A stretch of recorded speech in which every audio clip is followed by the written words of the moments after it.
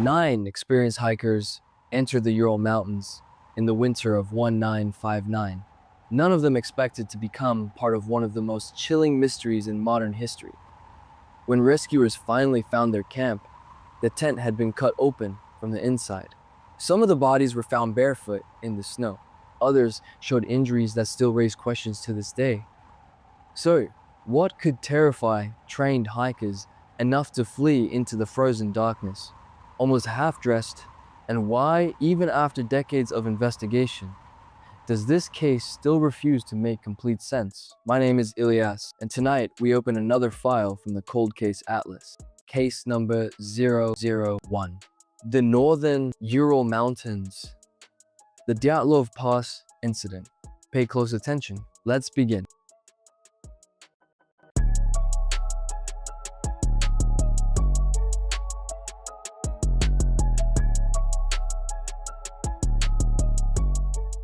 Here are the facts we cannot escape.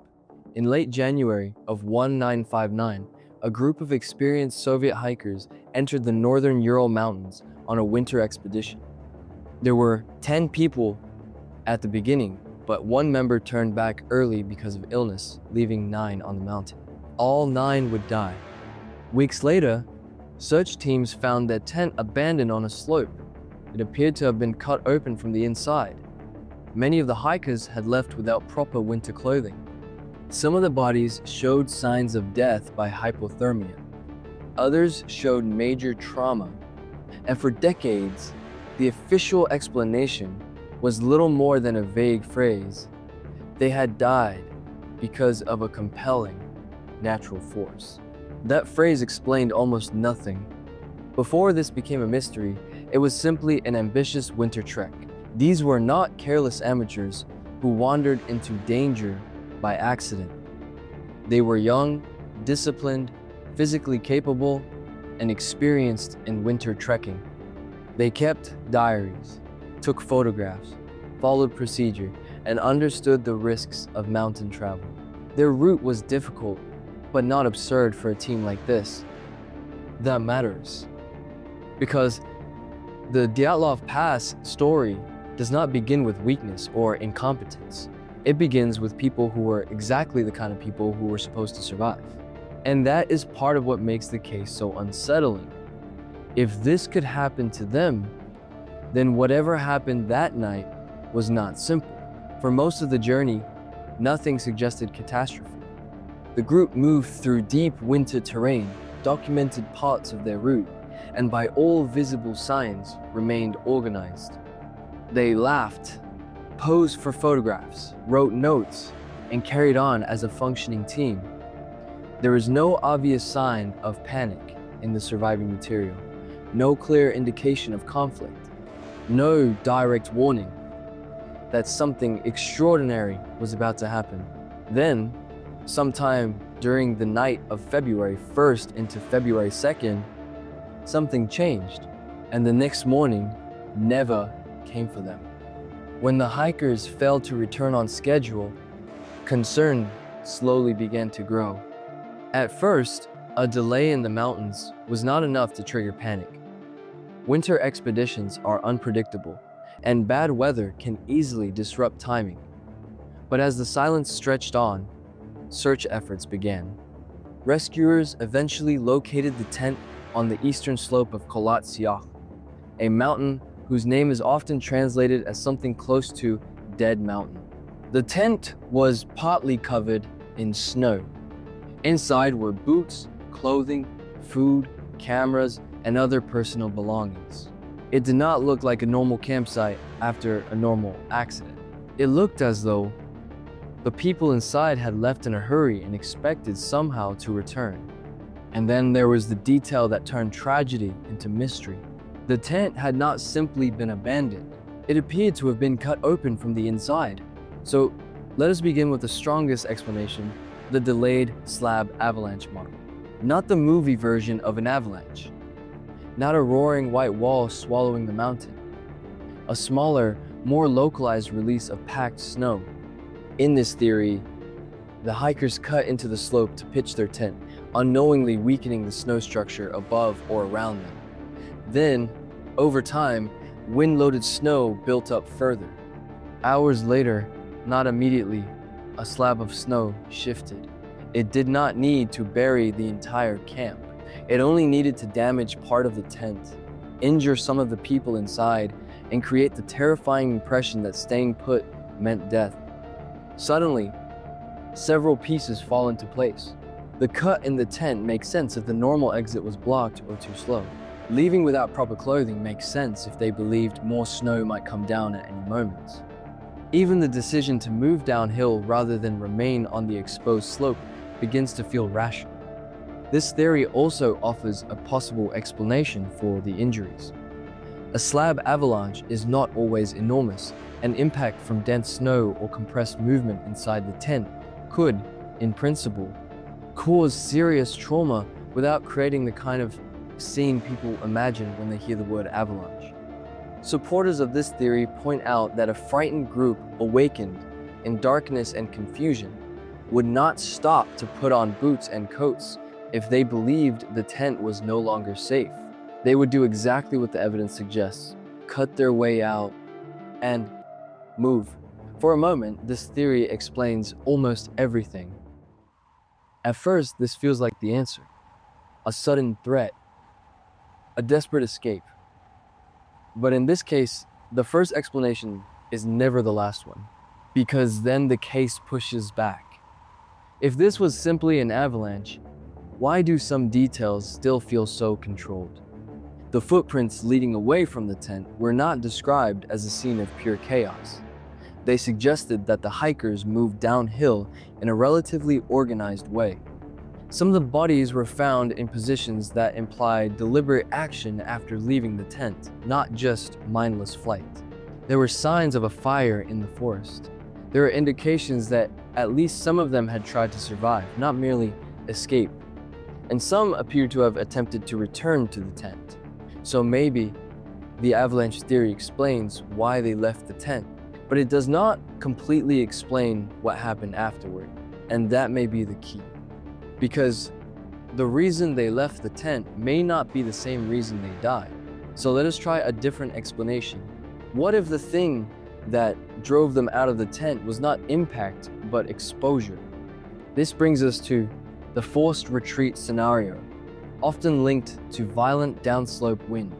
In this version, conditions on the open slope became so dangerous and unbearable that the tent itself started to feel like a trap.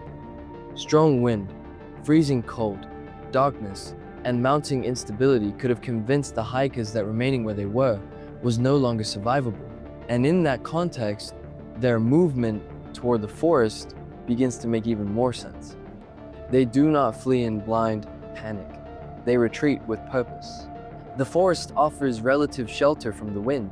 It offers wood for a fire. It offers some chance of surviving the night until daylight. This theory fits the trail of footprints rather well. It fits the discovery of a fire near the cedar tree. It fits the possibility that the group divided itself into different tasks. Some trying to keep warm, some trying to construct shelter, and some preparing to return uphill for clothing and supplies once the situation stabilized. And that last point matters, because the evidence suggests that the group did not simply collapse all at once. Near the forest, at least some of them were alive long enough to act. A fire was built. Branches were broken. Decisions were made. This was not just a frozen, still life of sudden death. It was a struggle. That is exactly why the wind-driven retreat theory feels so compelling. It restores human logic to the scene. These were trained hikers, making harsh survival choices in impossible conditions. But once again, one problem remains. Wind can terrify people. Wind can force people to relocate. Wind can push a difficult situation into a lethal one. But wind alone does not easily explain every injury found on the bodies.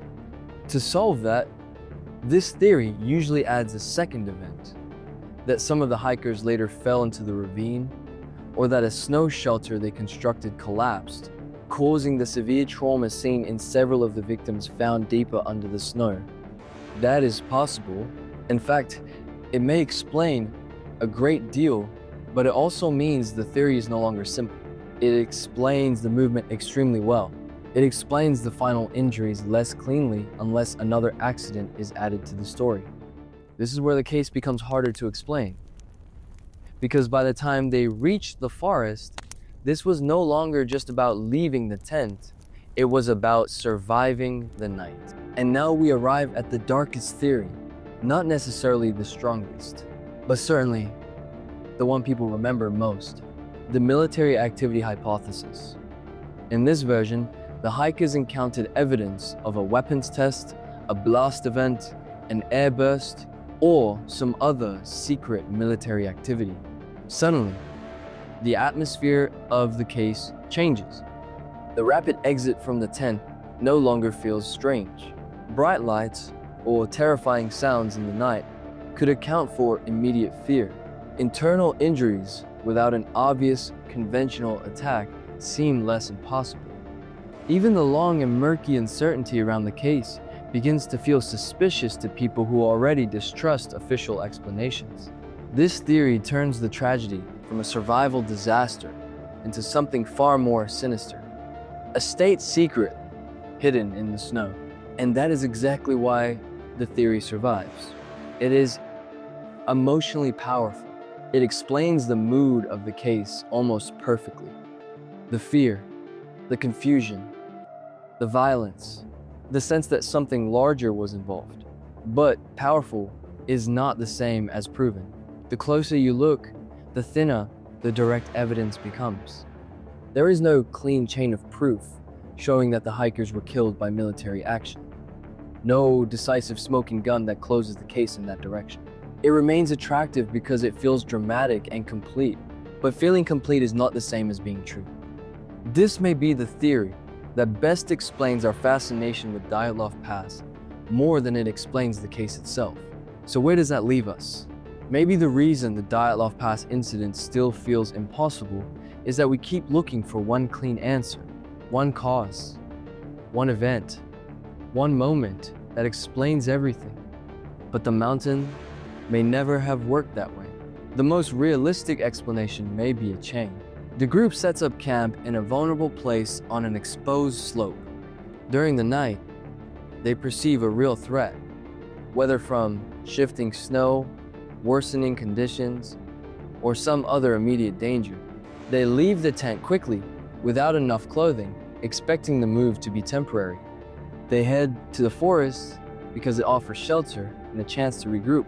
There they light a fire and try to organize survival. Some may try to build a better shelter. Some may try to return to the tent for boots and winter gear.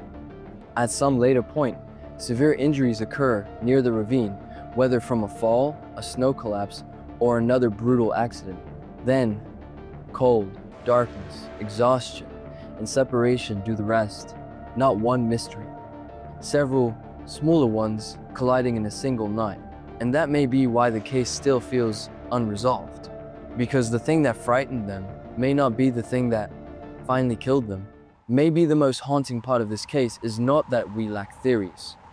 It is that every theory explains one part and leaves another part in the dark. And perhaps that is why this story still feels alive. Not because it is supernatural, not because it is dramatic, but because it reminds us how quickly nature, fear, and uncertainty can overpower even the prepared. 9 people went into the mountains. The mountains kept the final answer. Somewhere in this story, the truth was buried. What theories do you know? Write them in the comments. I read everyone. One file closed, another one waiting. I'm Ilias, and I'll see you in the next case.